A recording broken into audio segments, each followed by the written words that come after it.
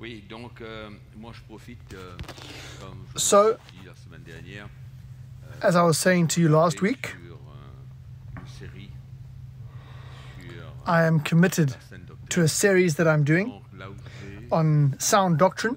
So wherever I go, pour en parler puisque I seize the opportunity to speak about tellement that de choses à partager. because it's such a vast topic. There's so many things to share, so many themes to share. Dans de faire, So wherever I go, de faire cela. I take the occasion to share on these things. Pardon. So this Ce morning, matin, je voudrais excuse me, vous parler sur this morning, la repentance. La semaine dernière, I'd like to speak about repentance. Last week, je me trompe. we spoke about forgiveness, Et, donc, if I'm not wrong. on parlait de la repentance. And so today, we're going to speak about repentance. Dans Sadly, beaucoup d'églises, in many churches, je sais qu'on ne parle pas beaucoup, it's a subject bien that que we no cela longer speak about soit much, très important and yet it is so important. pour remettre It is so le important peuple de Dieu sur les rails, for all of us, the people of God, to nous nous put us éloignons back on the rails quand nous ne faisons when we ce have qu'il faut drifted, faire. when we have done what we should not have done. C'est important de pouvoir vivre cette It's expérience so avec important Dieu, to be able to live that experience with God, parce que souvent on prend cela Because à la often- légère. On prend la vie chrétienne à la légère. often we take it lightly, we take the Christian life lightly. On ne fait pas cette expérience de la repentance et on laisse And we les don't choses live passer, on that laisse experience le of temps repentance. essayer d'effacer And we les let problèmes, time les just situations. pass. We hope that time will erase situations and things, but that builds absolutely nothing, and it's not worth trying that. Repentance is something so important, and it's something very fruitful in the life of a Christian when he experiences it.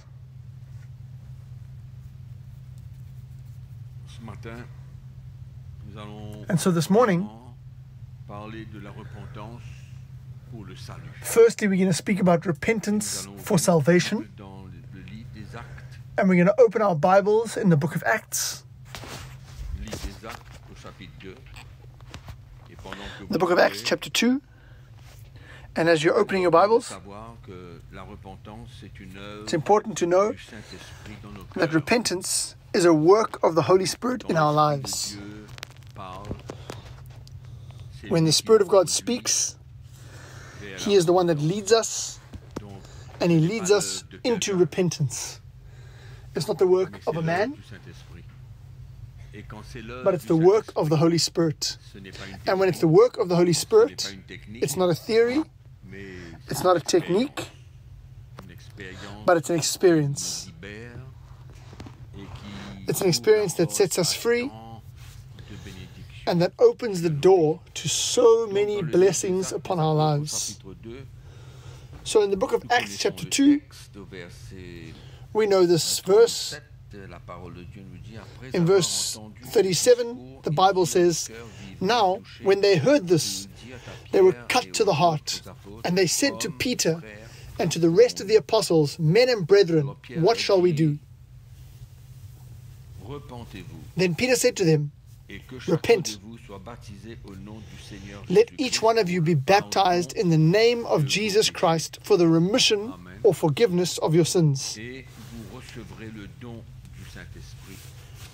and you will receive the gift of the Holy Spirit. L'apôtre So, Pierre partage this is the first time where we see the Apostle Peter sharing Christ, et ils ont eu to the Jews. une réaction extraordinaire quand ils ont compris and their reaction was incredible à la croix pour after having understood what Christ had accomplished at the cross for them, that he had been risen, that he was alive, ils ont eu le cœur and the Bible tells us that their hearts, they were cut to the heart. certainement qu'ils ont ressenti que ça demandait quelque chose de leur part. And certainly they felt that there was a demand on them, because they said, What shall we do, brethren? Repentez-vous And that's where Peter says to them, Repent.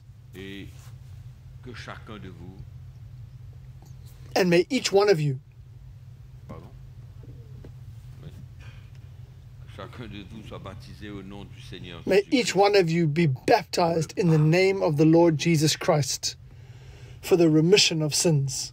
Et dans le livre des Actes des Apôtres, on voit souvent cette expérience. And in the book of Au Acts, chapitre 5, we au often verset 31, see that experience. In chapter 5 and verse 31, la Bible me dit, the Bible says, Dieu l'a élevé par sa droite him comme prince God et has sauveur exalted pour to his donner right à hand Israël to be prince la and savior, repentance to et le give pardon des repentance péchés. to Israel and forgiveness of sins. It's the same thing. Repentez-vous, Same thing. Repent, soyez baptisés pour le pardon de vos be péchés. baptized Amen. in order to Voyons que receive la the forgiveness of your repentance est un sin. élément très essentiel So we see that pour repentance recevoir is an le salut, essential la element vie éternelle, in which we can receive salvation, eternal life, pour nos péchés. to receive the forgiveness of God for our sin. 11, And in verset chapter 11 8, and verse 18,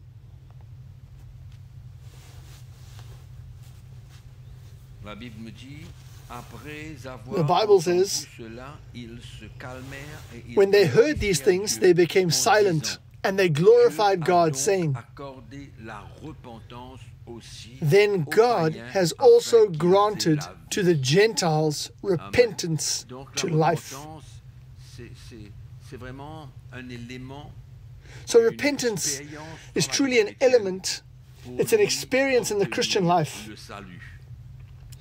in order to obtain salvation. Quand Amen. il comprend qu'il a besoin de se repentir, So when a Christian understands that he needs to repent of his sins, dans son cœur par le after having Saint-Esprit, received light in his heart through the Holy Spirit, à la croix. light concerning what Christ has accomplished for him at the cross, Et c'est comme cela that he carried and bore our nos sins, cœurs then s'ouvrent et on comprend notre our état. hearts open Et c'est pourquoi and we understand and la see parole our nous dit, state. ah ben, nous avons And the besoin Bible de tells us cette expérience de la repentance pour that from le that pardon point de nos we péchés. need to experience repentance in order to Dans be le chapitre forgiven of our 17, sin. au verset 30, And in verse 17, chapter 17 rather, and verse 30, we see the same thing. nous dit, Verse 30 says, Dieu, sans tenir compte des temps d'ignorance, annonce truly these times of maintenant ignorance à tous les God hommes overlooked, but et now en he tout commands lieu all men qu'ils ont everywhere à se repentir, parce qu'il to a fixé repent, un jour où il jugera le because monde he has selon la appointed a justice day par l'homme on qu'il which a he will désigné. judge the world in righteousness by the man Tous les whom hommes he has ordained. Doivent Every se man repentir s'ils veulent must obtenir repent la vie éternelle et le pardon if he wants to de leurs obtain péchés. eternal life Donc on voit que and c'est forgiveness une of their sin. intérieure, c'est l'Esprit de So Dieu we see qui it's a nous work emmène that takes dans place cette place interior, où nous sentons in the le interior besoin, places, le besoin and there's a que place where the Holy Spirit nos péchés causes soient us réglés to feel our afin need, d'obtenir le our salut et need d'être for our sin réconciliés avec Dieu. On to be comprend taken que le into péché account so that we can be est un- forgiven and c'est un reconciled with God. obstacle We entre understand nous et Dieu, that sin et que is Dieu an a envoyé obstacle son between Fils us and God, mourir and sur that la God croix, sent his Son portant nos péchés, to die upon that cross, versa to son bear sang, our sins, ressuscite des to morts, shed his blood, afin que to si nous raise, croyons be en risen lui, from the dead, nous so that if we aurons la believe vie in him, éternelle et nous serons sauvés. we will C'est pourquoi receive l'apôtre Paul eternal nous dit, salvation. crois. Si tu crois, This is why the quelqu'un Apostle peut être Paul says, sauvé if you believe, par la foi en Jésus-Christ. Amen. Donc, if you cela, believe, c'est- someone is c'est un- il y a- il y a saved un through faith langage in Christ. peut-être différent, mais le salut s'obtient So in all these things there par may la be foi en different Christ. language, Et en but même temps, salvation cette expérience is d'une repentance obtained de son through passé, faith in de Christ, sa vie but at the de same péché. time through a repentance Amen. of Donc, your je crois que past tous life ceux and qui your sont life nés of de sin. nouveau peuvent témoigner, And all of us that are born témoigner again comme quoi que can un testify jour and dans leur witness vie, ils ont compris that there was a qu'ils day in étaient their séparés lives de Dieu where they à cause understood de leurs péchés, et that they were qu'ils ont separated vu from God because par of their sin, l'Esprit de Dieu and they saw through the Spirit of God what Christ had accomplished at the cross. And that brought them to humble themselves and to repent in order to receive that new life, that change of life, salvation and eternal life. And in chapter 20 of the book of Acts, donc nous voyons que c'est l'action nécessaire pour l'entrée dans le royaume de Dieu. We see that it's a necessary action in order to enter the kingdom of God. Nous lisons, chapter 20, verse 20. Vous savez que je n'ai rien caché de ce qui vous était utile. I kept nothing back that was helpful, but proclaimed it to you. And I taught you publicly and from house to house, testifying to Jews and also to Greeks, repentance toward God and faith toward our Lord Jesus Christ. Amen. So the two things walk together. We are justified by faith, but at the same time we see that there must be an experience of repentance so that our past life be removed and we start a new life with the Lord Jesus. Amen. And I think all of us, we have that testimony that it was not just a confession from our mouth. It was not something light-hearted. It was not just a little prayer. And yet in church today, there are many people that they're not born again, but they come to church, but they've never had that experience where from their own initiative, under the conviction of the Holy Spirit, where they come to a place where they repent of their past life. Salvation, being a Christian, is not just sitting in a church in a place. No. But sadly, many people come and they just want to be prayed for, they want to get healed, they're looking for something from God, but they don't go through that experience that is absolutely necessary in order to become a child of God. Amen? I think it's very clear. In 2 Peter chapter 3 and verse 9, one last verse. 2 Pierre chapitre 3 verset 9. 2 Peter 3:9, the Bible says, the Lord is not slack concerning his promise, as some count slackness, but in long suffering toward us, he is not willing that any should perish, but that all should come to repentance. So it's not simply some kind of little prayer that we do. But we need to understand, it's important to understand that we need an attitude of true repentance in order to enter the kingdom of God. We agree, right?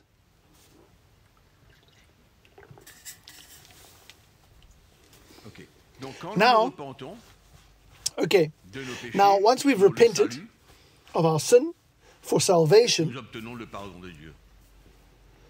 we receive the forgiveness of God. We spoke about that last week.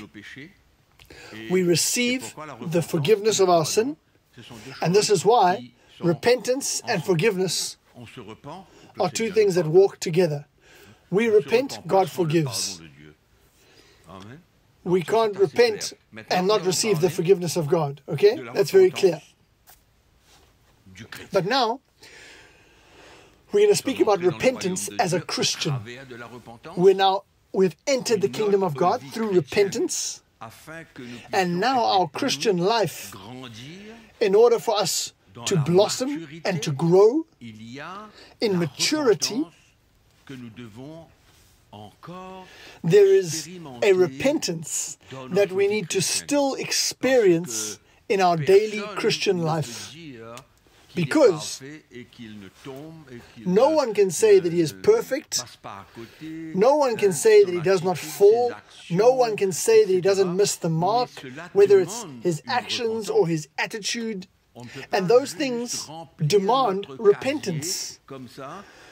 We cannot just fill our basket one sin after the other. We cannot just fill it one sin after the other without repenting for those things, without repenting of the things that have not pleased God. And once again, it's the witness of the Holy Spirit. It's not theory. Because if it was just a technique or a theory, there would not be a true depth in our repentance. And it would cause us to not truly benefit from what repentance brings to our spiritual life. It's not something light. The Christian life is a life of repentance. It is a life of repentance. A life of conviction. Let's open our Bibles. In 2 Corinthians chapter 7. Paul a écrit 2 épîtres aux Corinthiens. Paul wrote 2 letters to the Corinthians. The first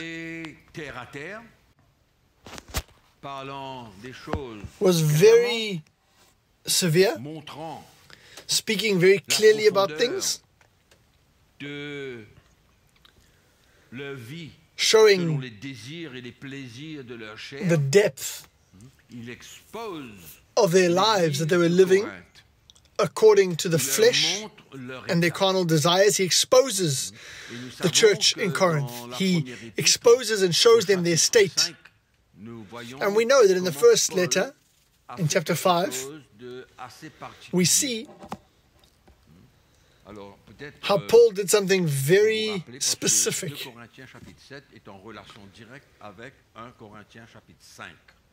Perhaps we should look at that, because 2 Corinthians chapter 7 is linked to 1 Corinthians chapter 5. So 1 Corinthians chapter 5 we read in verse 1, it is actually reported that there is sexual immorality among you, and such sexual immorality that is not even named among the Gentiles, that a man has his father's wife, and you are puffed up, and have not rather mourned, that he who has done this deed might be taken away from among you. For indeed, I am absent in body, but in spirit I am present, and have already judged, as though I were present, him who has so done this deed. In the name of the Lord Jesus Christ, when you are gathered together along with my spirit, with the power of the Lord Jesus Christ, deliver such a one to Satan for the destruction of the flesh, that his spirit may be saved in the day of the Lord Jesus. So we see here that Paul is taking a very specific direction in wanting to put order in the church. Because the Word of God teaches us that in the church of Christ, a little bit of leaven leavens the whole lump, which means that sin should not dwell within the church when it is known. When sin is known, sin must be confronted. There must be an action that is taken to help the person in order to come back to the Lord and to be separated from their sin. That was the motivation that that Paul had, and we've just read that. He said, I want to deliver him to Satan, that his soul, his spirit may be saved, that he may come back to God, that there may be repentance. That was the aim of the letter that Paul wrote, his first letter. That is the aim of the first letter to Corinthians. Not only to teach them certain doctrines, but also to win the heart of these Corinthians to come back to the Lord. That was the aim. And the second aim was not only for that person that needed to be rebuked and corrected by God in order for them to turn back to the Lord, but at the same time, Paul wanted to win the hearts of the Corinthians to unite with him in that decision. Have you understood what I just said? It was very important. So Paul wants to entrust the Corinthians and tell them that that was the main aim. It was not just to bring that person to repentance, but the main reason was to win the heart of all these Corinthians in order to be in unity with Paul and the other servants of God in the direction that they wanted to take. Because there were many men that were against Paul. He even writes and speaks about how these men want to destroy him and destroy his ministry. And so the Corinthians had somewhere lost the relationship that they had with Paul. And that's why he says, open your hearts to us, O Corinthians. Because they had closed their hearts and they had listened to men that were not preaching the true gospel and had brought these Corinthian Christians to be detached from Paul and the team of men he worked with. So we see the context. So now Paul doesn't want only for this man to repent, but he also wanted the people of God to repent for having accepted this type of situation in the church without even realizing and coming to a place where there was no problem for them to accept that situation in the church. So there's two things at play. There are two situations, and what did they demand? They demanded repentance. Repentance in the life of that man, and repentance in the life of the people of God, to have just sat every day in church doing nothing and accepting that sin dwells in the midst of the church. We agree? That is the context. And now, when we go to 2 Corinthians chapter 7, now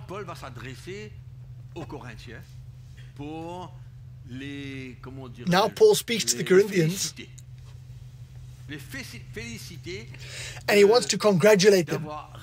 He wants to congratulate them because they reacted to the rebuke in the Spirit. They reacted to his rebuke and they repented of their state, and at the same time they repented for having allowed all kinds of things to remain in the church. And of course, this was not the only thing. The Bible speaks about how they were drunk when they took the table of the Lord, and everything was mixed up, and they were in competition and jealousy. In fact, the works of the flesh were manifesting in the church in Corinthians. So now, in 2 Corinthians chapter 7, he comes back to that situation that he spoke about and we've just read in the first epistle. So let's read from verse 8. Let's read from verse 6. Nevertheless, God, who comforts the downcast, comforted us by the coming of Titus, and not only by his coming, but also by the consolation with which he was comforted in you, when he told us of your earnest desire, your mourning, your zeal for me, so that I rejoiced even more. So the situation had turned around in the heart of the Corinthian church. And so Paul sent Titus to Corinthians, and when he came back, Titus gave him this news. There came a time where they were not zealous for Paul, but now Titus says to Paul, the Corinthians are okay. Their hearts have turned back to you. They are zealous for you once again and for the servants of God that we work with. So let's continue. For even if I made you sorry with my letter, I do not regret it. Though I did regret it. For I perceive that the same epistle made you sorry, though only for a while, just momentarily. It shocked them. It made them sad to see how Paul wanted to draw them into the action that he wanted to take, that very specific direction. Now I rejoice, not that you were made sorry, but that your sorrow led you to repentance. For you were made sorry in a godly manner,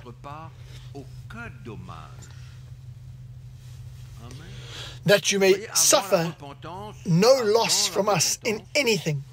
You see, repentance, before repentance, for a time, they were sad.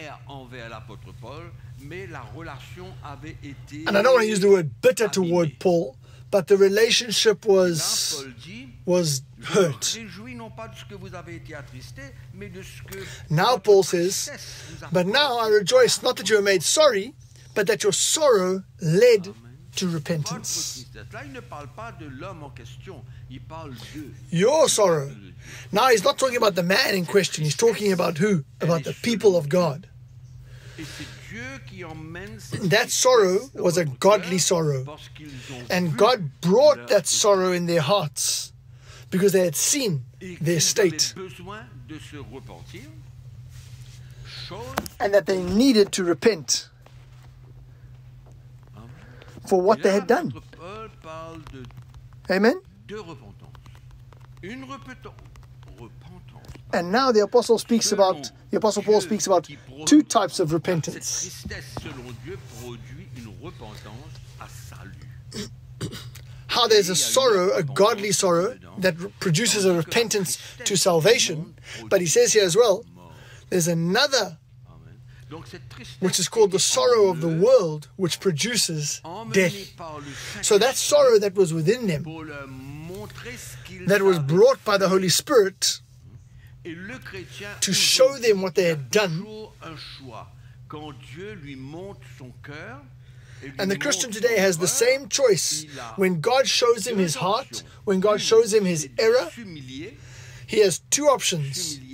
The first is to humble himself, and to feel that regret, that sadness, that sorrow. But there's another type of Christian who does not even realize what's taking place. He knows there's a problem, but he does not react. He doesn't react in the spirit. He flees. He wants to hide. He does not want to live this experience, because it's an experience of brokenness. It's an experience of humility, where the pride of man is busy being worked by God.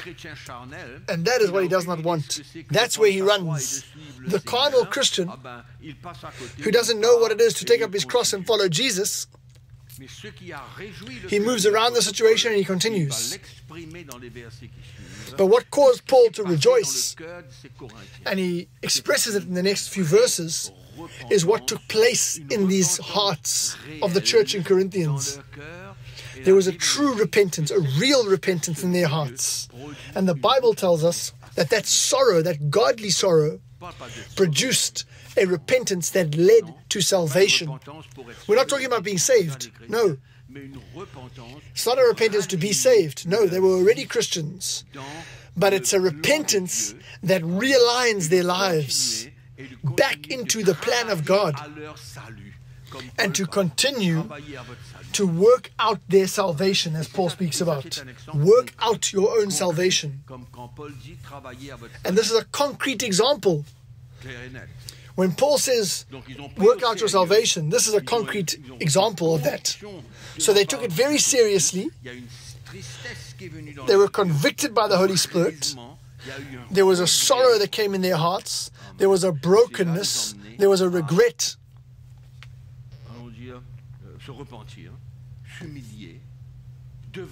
And that brought them to repent, to humble themselves before the Lord, and to accept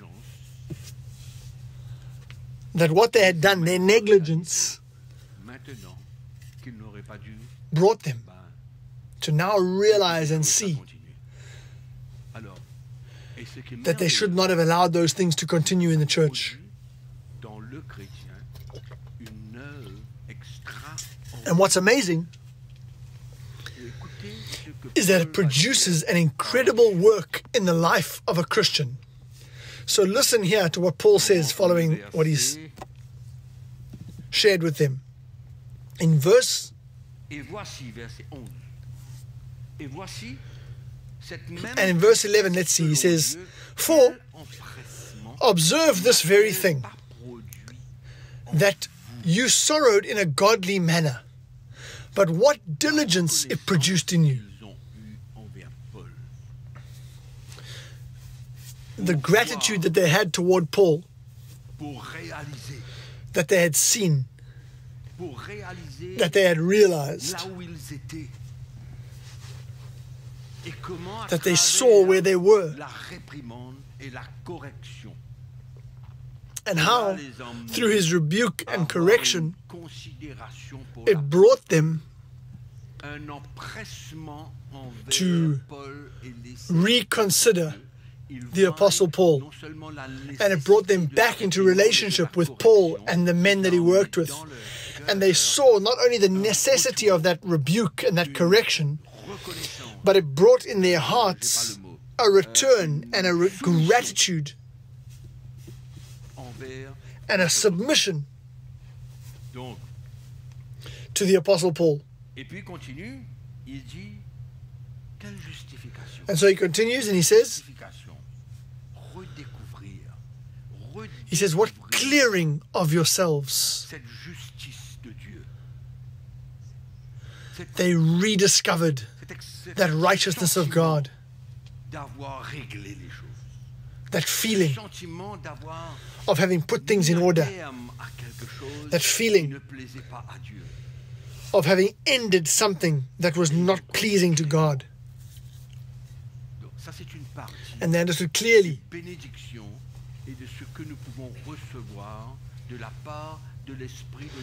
this is part of the blessings of God that we can receive from the Spirit of God when we, Christians, repent. And he continues. He says, what indignation.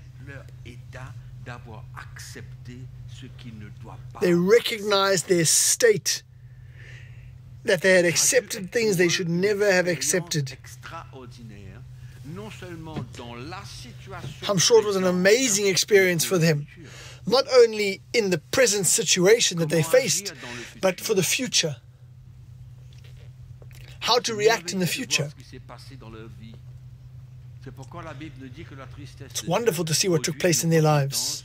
And this is why the Bible says the sorrow, godly sorrow, leads to salvation. And it's amazing because it reminds me of the day I was saved, when I was born again. The joy that I had in my heart. How I have been set free, freed from my past. And repentance brings back that state of spirit, brings back that experience in our lives once again. And then he says, what fear it brought in their lives.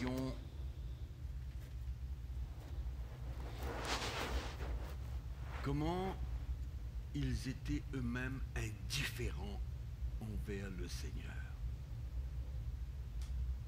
So we see how in a certain way they had become indifferent to the Lord. They had become indifferent. That was the state they found themselves in. But from that moment of repentance, repentance produced in them a fear of God, where now it was no longer possible to continue to accept such a situation in the church.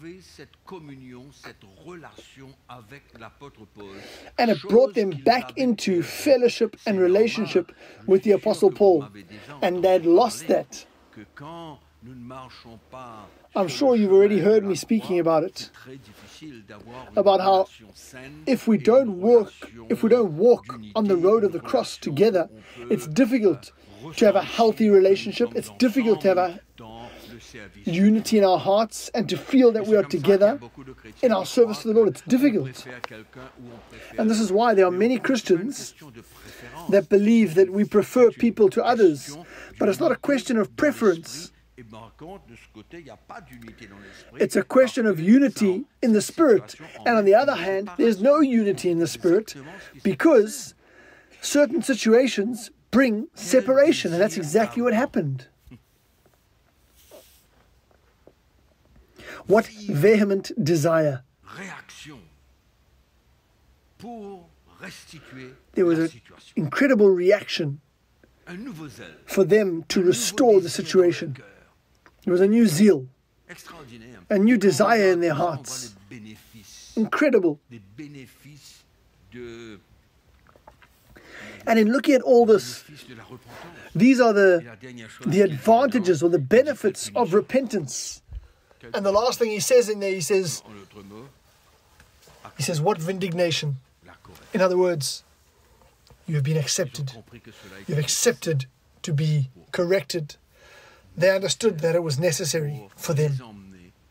Necessary to bring them to find that fellowship in the Spirit and to understand the plan of God for the church. Because the church is not a club, it's not an association, it's not a place where we just allow whatever to take place in the church. It's not possible. And they understood that finally. So let's go a little bit further down and we'll end this topic. Paul dit, vous avez montré, la fin du verset 11, Paul dit que vous avez montré à tous égards que vous étiez pieux dans cette affaire. End of verse 11, it says, in all things you proved yourselves to be clear in this matter. It is sorted out.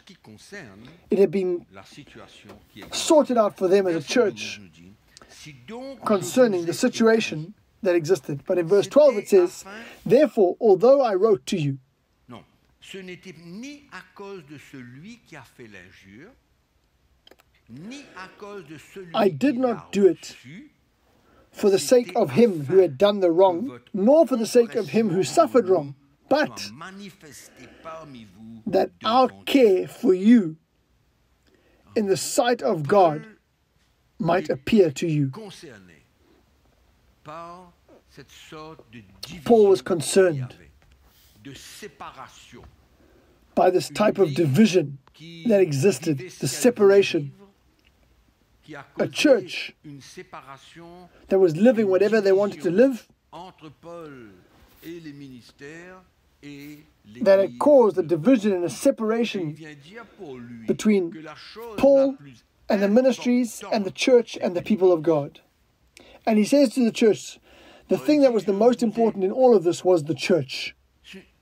Si je vous ai écrit, ce n'était pas à cause de celui qui a fait l'injure, ni à cause de celui qui l'a reçu. So he says, what I wrote, I did not write for the sake of him who had done the wrong, nor the sake of him who suffered wrong, but that our care for you in the sight of God might appear to you. And that's what Titus expressed. We read it earlier. He said that the Corinthians have become zealous once again for Paul and the team. And this is why Paul rebuked them. He saw a church that was no longer in one heart and one spirit as him and the others. Amen. And so that repentance that they lived brought many blessings in their lives. And the thing that was the most important was to renew that contact in the Spirit and to renew that relationship with Paul and the servants of God once again. That was the product of repentance. And of course, repentance brought the forgiveness of God in their lives. That's, of course, there's no problem to accept that. La troisième chose que je vais vous parler, c'est que the third thing I want to speak to you about. Donc nous avons vu la repentance pour le salut. Nous voyons la repentance envers Dieu. So we've seen salvation, repentance for salvation, and we've seen repentance toward God, considering our state and our situations, and how repentance can be brought by the Holy Spirit, and how it can be brought through the Holy Spirit, or it can be brought through someone. So it can be brought directly by the Lord, where we are supposed to be sensitive to the voice of the Holy Spirit, but it can also be brought by someone else. And the most clear example is the case of David. After David had killed Bathsheba's husband and took that man's wife, he continued. And it caused God to send the prophet Nathan in order to show him his state. To show him his state and how he had not repented of his sin. And we know what followed that situation. When Nathan exposed the situation, David repented. He responded to the Lord, he repented, he turned to God.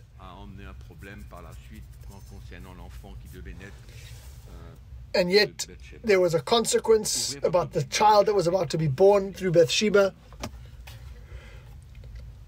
But open your Bible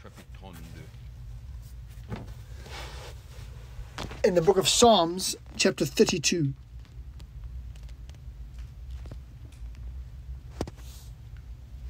Psaume chapitre 32, nous lisons le verset 4. Psalm 32 and verse 4.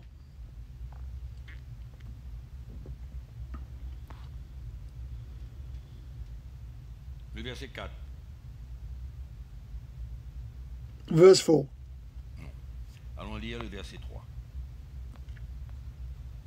Tant No, que verse je me 3. suis tu, mes os se consumaient. Je gémissais toute la journée. When I kept silent, my bones grew old Car nuit et jour la main, through my groaning all the day long. sur moi, For day and night your hand was heavy upon me. comme celle de l'été. My vitality was turned into the drought of summer. Je n'ai pas caché mon iniquité. I acknowledge my sin to you, Si j'avouerai mes and my transgressions iniquity I have not hidden. I said, I will confess my transgressions to the Lord, and you forgave the iniquity of my sin. Voilà comment David a réagi. Et on voit ici un homme This is how David reacted. And we see here a man that was broken, triste au départ.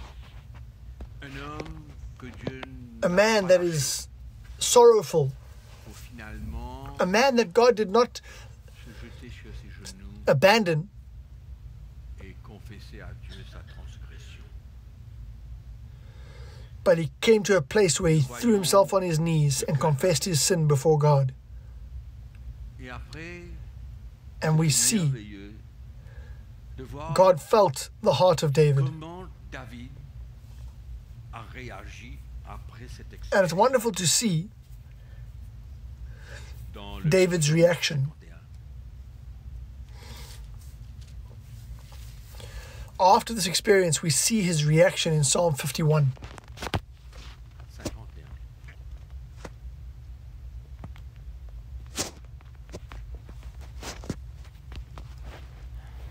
Si vous lisez tout le livre de tout ce chapitre de Psaume, vous verrez tout ce qui s'est passé dans le cœur de David.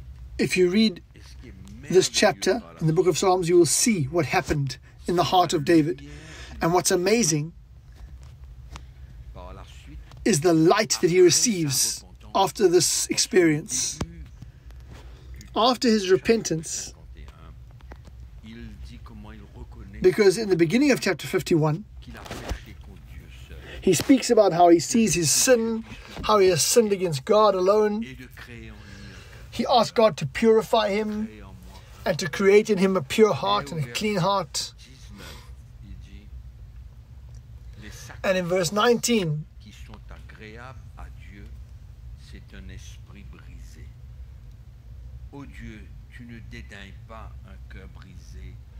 in verse 17, he says, the sacrifices of God are a broken spirit, a broken and a contrite heart. These things, O God, you will not despise. This was the product, this was the fruit in the life of David through his repentance. And God caused him to understand something that not many people in those days understood. That God was not interested in sacrifices and offerings, but he wanted a heart that was contrite, a spirit that was broken, a heart that was humble. So when we see the fruit of repentance, all that it can bring in our own personal lives, and the light and the understanding that God brings, where God wants to take us, what he wants to do in our lives. This is why repentance is the lifestyle of a Christian. Christians cannot just say, oh, I repented on the day of my salvation, and from that day it's fine, God understands. No, God uses the experience of repentance not only to forgive us of our sins, but also for us to find his heart, and for us to serve God, and for us to for God to do a work, a deep, profound work in our hearts, so that we can serve the Lord the way that God is asking us to. Amen. So repentance is something so important in our Christian walk. Repentance, we've seen it, it's for salvation. We've seen repentance toward God, for our daily life, our repentance toward God. And now we're going to see repentance amongst Christians, amongst husbands and wives, amongst brothers and sisters, amongst those that are serving the Lord together in every circumstance. We need repentance. And those that have tasted of repentance, that is then followed by God's forgiveness, will never be able to deny how they felt after that experience. They cannot deny it. That after repentance and after having received the forgiveness of God, they'll never be able to say they feel the same as they were before. No. When repentance is real, we come back to ourselves. We find the presence of God again, the peace of God, unity. Relationship is restored. It's incredible how it brings healing, because the forgiveness of God follows repentance. That's why repentance and forgiveness walk together. That's why we said, when God forgives, there's a restitution, there's a restoration that is incredible. But repentance is the same thing, because forgiveness follows repentance. We don't just repent to the Lord without God forgiving us, of course. But there's a relationship that is restored. There's incredible fruit that is produced in the life of someone that repents. It's an important act in order for us to continue to grow, to continue to benefit fully from our Christian lives and from our salvation.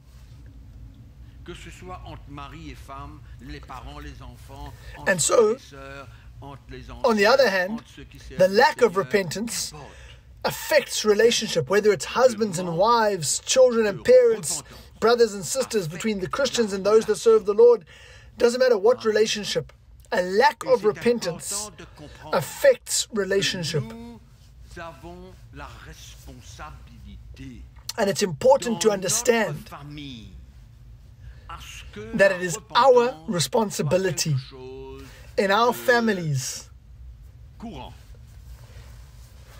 to ensure that repentance is something common. We must stop justifying ourselves.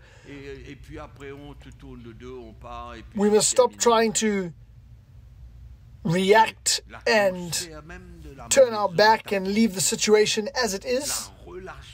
No, the atmosphere of our home will be affected. Relationships will be affected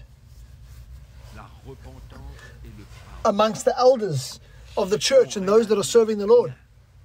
Repentance and forgiveness. If we understand clearly, this is kindergarten. These are the ABCs of Christianity. If a man and a woman are unable to repent and they allow their pride rule their lives, it will always create an atmosphere of conflict. It will create conflict. It will create an atmosphere that blocks, that hinders freedom. There will be no more simplicity. And the peace of the Lord. Unity. Remember what the Apostle Paul wanted? He wanted unity. He understood that repentance would bring that. So repentance, my brothers and sisters, it should be something that dwells amongst us, because we live in the flesh. But repentance builds in us precious things. Precious things. And it must continue. It must continue. And I want to ask all of you that have lived a true experience of repentance and that have now perhaps drifted far away and are continuing to live without that newness, that new experience of repentance, I want to encourage you. Humble yourself. Remind yourselves. Remember what repentance produced in you. Remember the miracles that were produced following your repentance. And remind yourselves of what took place in the lives of those around you. My brothers and sisters, we cannot avoid repentance, because when we repent,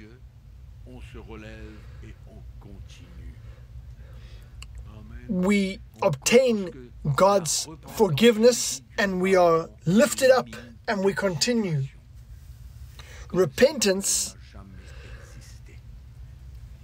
allows the Lord to forgive, and it removes every situation as if it never existed. And only Christianity, according to the Word of God, according to the relationship that we have with the Lord, only Christianity can produce that feeling that when I have repented, I can continue. I can continue to serve the Lord as if nothing took place. Amen. We no longer need to dig in our trash can. We no longer need to bring the past up. And yet many do that. Many husbands, wives, or Christians toward each other, parents, whoever, they dig in the past. Do not forget what you did. Do not forget who you are. and we want to bring before God what He no longer considers. It's finished for Him. So I want to encourage you this morning to conclude. Repentance is a miracle of the Holy Spirit. It's a conviction that comes from God through the Holy Spirit. Of course, there are times where the Holy Spirit Himself convicts us, and that should be the majority of the time. That should be the thing most normal in our lives.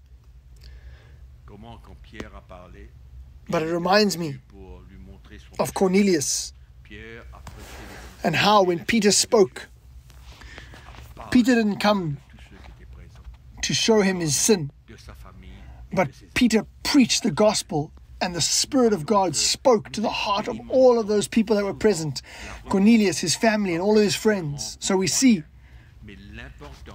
that often we experience repentance through different ways.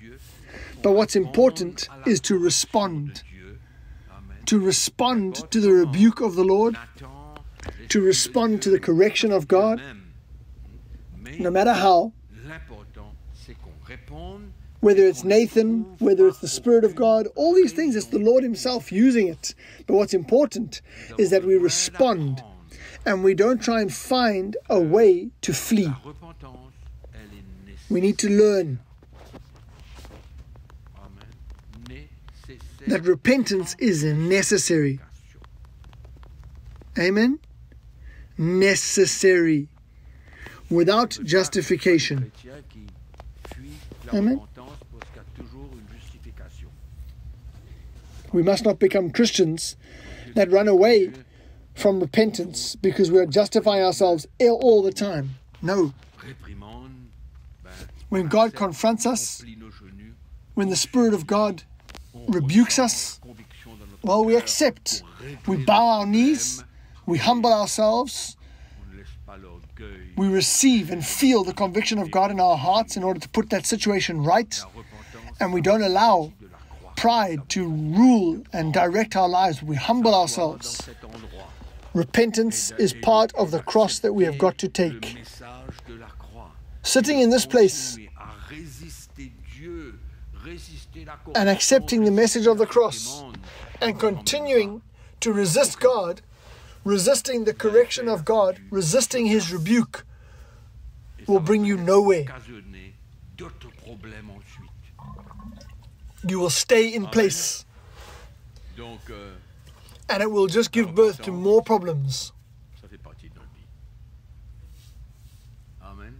So, repentance, it's part of our life. Amen. Let's stand and let's thank the Lord.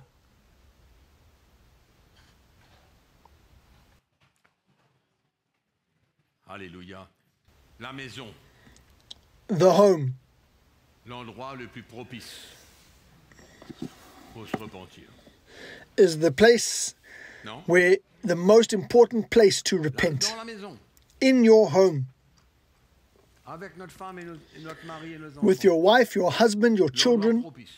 It is the most important place to repent.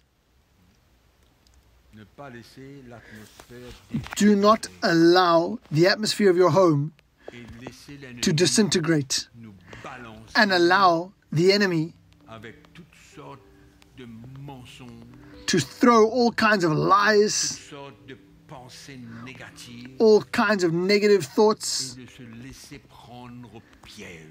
and to allow him to trap us.